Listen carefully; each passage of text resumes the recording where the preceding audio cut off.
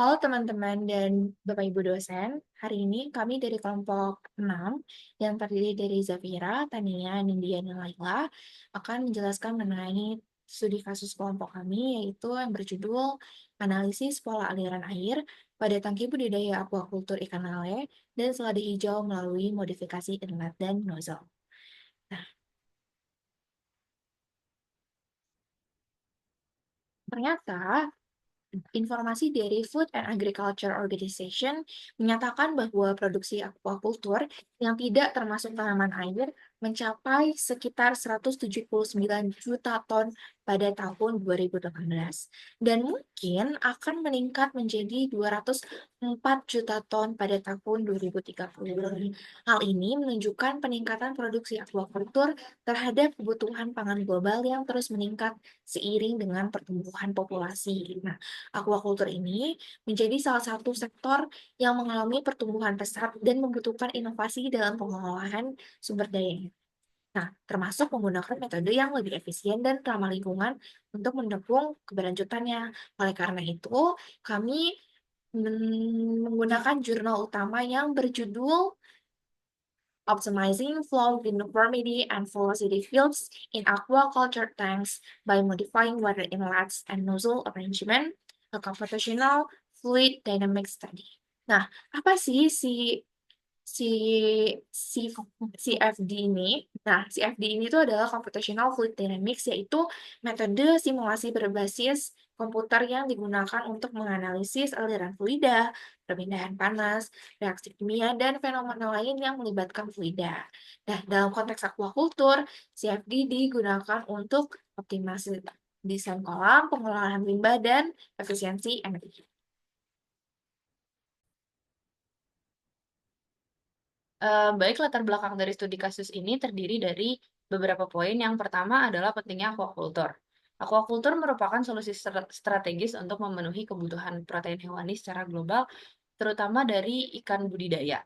Dalam sistem aquaculture, ikan lele menjadi salah satu komoditas unggulan karena tidak hanya mudah dibudidayakan, tapi juga menghasilkan limbah yang kaya akan nitrogen dan fosfor.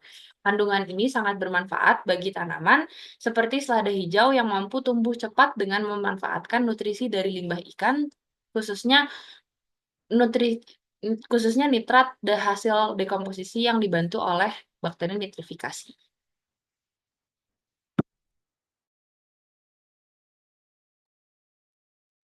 Selanjutnya, berapa peran kualitas air dalam sistem aquaculture?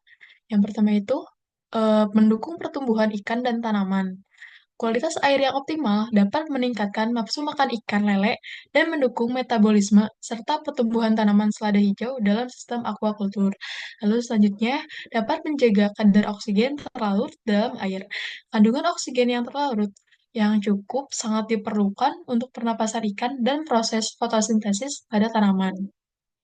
Lalu selanjutnya, mengoptimalkan sirkulasi air dan pengelolaan limbah. Sirkulasi air yang efektif dapat mendukung dalam distribusi oksigen yang merata, sedangkan pengelolaan limbah dapat mencegah penurunan kualitas air akibat kotoran serta sisa makanan dalam sistem aquaculture.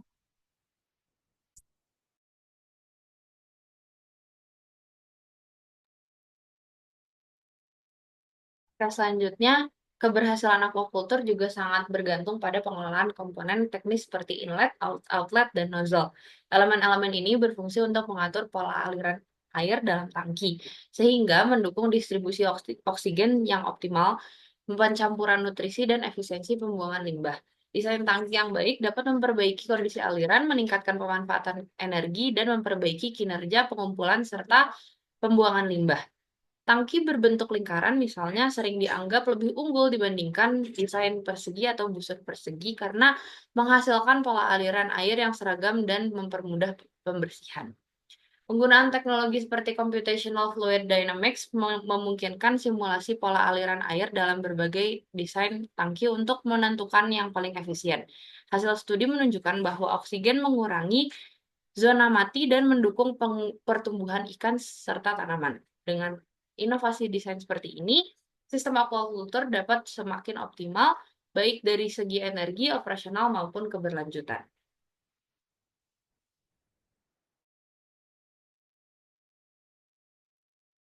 Oke, selanjutnya terdapat metodologi dalam studi kasus ini. Metodologi melalui beberapa tahap. Yang pertama itu, metodologi studi kasus dilakukan melalui studi literatur yang mencakup analisis terhadap berbagai jurnal-jurnal yang relevan mengenai aliran fluida dalam tangki aquaculture dan aplikasinya pada budidaya ikan dan tanaman. Lalu yang kedua, terdapat desain dan konfigurasi sistem. Dilakukan perbandingan pada desain tangki, yaitu pada tipe lingkaran, persegi, dan busur persegi, serta modifikasi inlet dan nozzle-nya. Lalu yang ketiga terdapat proses eksperimen. Proses eksperimen ini dilakukan dengan pengaliran air pada variasi kecepatan untuk mengamati pengaruh kecepatan terhadap pola aliran. Lalu selanjutnya terdapat perhitungan dan analisis data. Perhitungan dan analisis data ini menggunakan persamaan kontinuitas dan persamaan momentum Navier-Stokes sebagai dasar prinsip fluida dan indeks keseragaman untuk mengevaluasi distribusi aliran.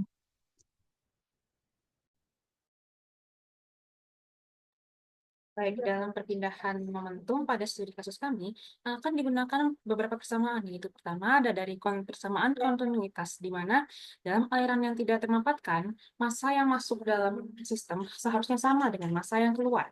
Lalu yang kedua ada persamaan momentum, di mana persamaan ini akan mengakibatkan perubahan momentum yang dihasilkan dari gaya dan tekanan dan viskositas. Dan persamaan dapat dilihat pada layar. Lalu yang terakhir ada persamaan indeks uniformitas momentum, di mana persamaan ini mengevaluasi distribusi momentum dan menghasilkan keseragaman untuk mengukur efisiensi aliran. Dan semakin besar indeks ini, maka akan semakin baik karena akan semakin tersebar rata aliran dalam sistem.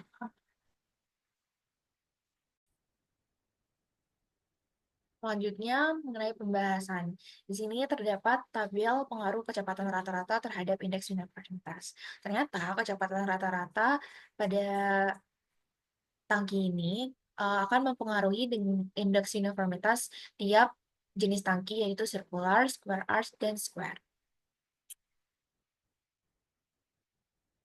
Nah, selanjutnya pembahasan mengenai perbedaan tiap jenis tipe tangki. Tangki sirkular memiliki indeks uniformitas aliran yang paling tinggi sesuai dengan tabel sebelumnya dan standar deviasi terkecil, menunjukkan bahwa aliran fluida pada tangki ini lebih merata dan paling merata. Nah, aliran yang seragam membantu distribusi oksigen yang lebih baik dan penghilangan limbah lebih efektif. Namun, aliran dengan kecepatan tinggi di dekat dinding dapat mengurangi ruang hidup ikan. Selanjutnya, tangki square arch. Nah, tangki ini memiliki karakteristik aliran serupa dengan tangki sirkular.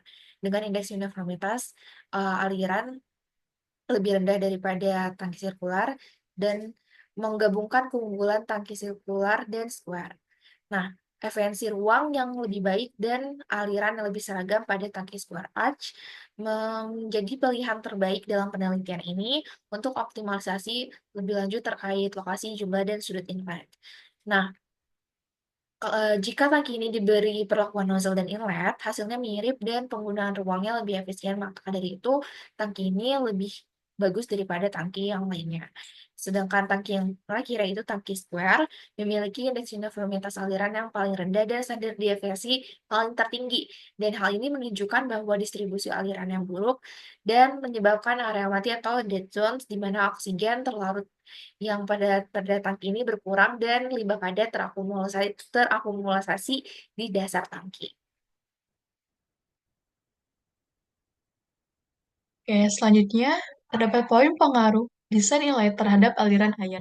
Penempatan inlet di sudut tangki dapat meningkatkan keseragaman aliran dengan memanfaatkan momentum tambahan dari aliran yang masuk. Yang pertama, keunggulan inlet di suatu tangki, yang pertama itu mengurangi gaya hambat pada pipa. Inlet di sudut dapat mengurangi hambatan aliran karena posisi ini mengurangi gesekan dibandingkan dengan inlet yang ditempatkan di sisi dinding. Lalu yang kedua, meminimalkan area stagnan. Posisi inlet di sudut dapat membantu mengarahkan aliran ke pusat tangki, mengurangi area stagnan, dan meningkatkan distribusi aliran yang merata. Lalu yang ketiga, oksigenasi lebih baik melalui turbulensi. Penempatan inlet di sudut tangki menciptakan turbulensi yang lebih efektif, meningkatkan pertukaran gas dan oksigenasi dalam air.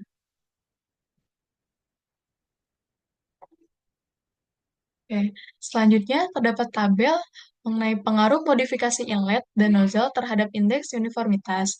Tabel 2 menunjukkan hasil perhitungan indeks uniformitas dan standar deviasi pada tangki square arch atau busur persegi dengan jumlah pipa inlet dan nozzle yang berbeda. Tabel ini membandingkan distribusi kecepatan aliran pada tangki dengan satu pipa inlet dan dua pipa inlet, serta berbagai jumlah nozzle seperti 3, 6, dan 9. Dapat dilihat, semakin banyak nozzle yang digunakan dan pipa inlet yang digunakan, distribusi kecepatan semakin merata, yang tercermin dalam peningkatan indeks uniformitas dan penurunan standar deviasi.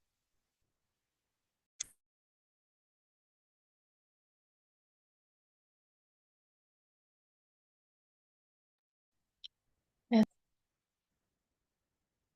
selanjutnya, optimalisasi jumlah dan sudut inlet serta nozzle.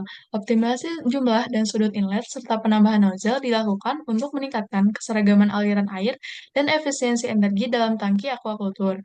Penambahan jumlah inlet dari 1 menjadi 2 dengan sudut masuk 0 derajat dapat menciptakan aliran air yang mengarah langsung ke tengah tangki dan menciptakan turbulensi optimal yang mendukung distribusi oksigen dan penghilangan limbah. Hal ini secara signifikan mengurangi zona stagnan dan menghasilkan distribusi kecepatan yang lebih merata. Selain itu, penambahan jumlah nozzle pada setiap inlet menciptakan aliran streamline yang lebih halus tanpa meningkatkan tegangan antar nozzle secara signifikan, sehingga memastikan kualitas air yang lebih baik dan kondisi hidup optimal bagi ikan di dalam tangki.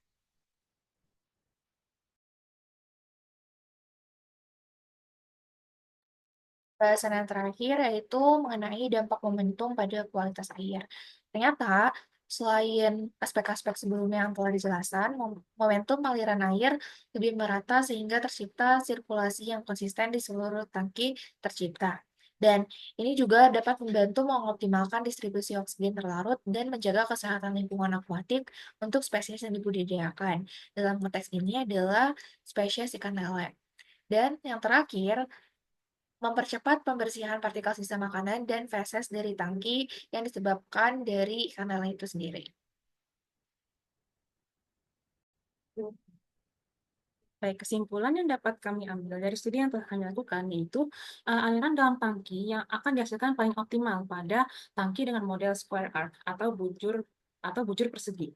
Berdasarkan perhitungan yang telah kami lakukan juga, model tangki terbaik dalam sistem ini adalah model tangki square arc dengan indeks uniformitas yang dihasilkan sebesar 0,95. Dan juga didapatkan bahwa tangki berbentuk square arc atau bujur persegi ini yang diberikan perlakuan yaitu pemasangan 2 inlet dan 6 nozzle pada tiap inletnya akan menghasilkan indeks uniformitas yang paling tinggi yaitu sebesar 0,94. Nah, dengan indeks uniformitas sebesar ini, pola aliran akan lebih seragam dan juga akan memastikan bahwa distribusi nutrisi, oksigen, dan elemen penting lainnya akan tersebar merata pada tangki untuk menghasilkan lingkungan yang lebih sehat dan lebih stabil untuk ikan dan tanaman yang dibudidayakan.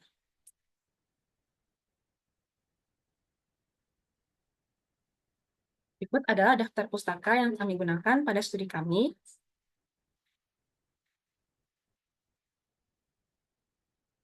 Baik, sekian presentasi studi kasus yang telah kami sampaikan. Mohon maaf bila ada kesalahan kata. Bila ada pertanyaan yang ingin ditanyakan, silakan dimasukkan ke comment section. Terima kasih.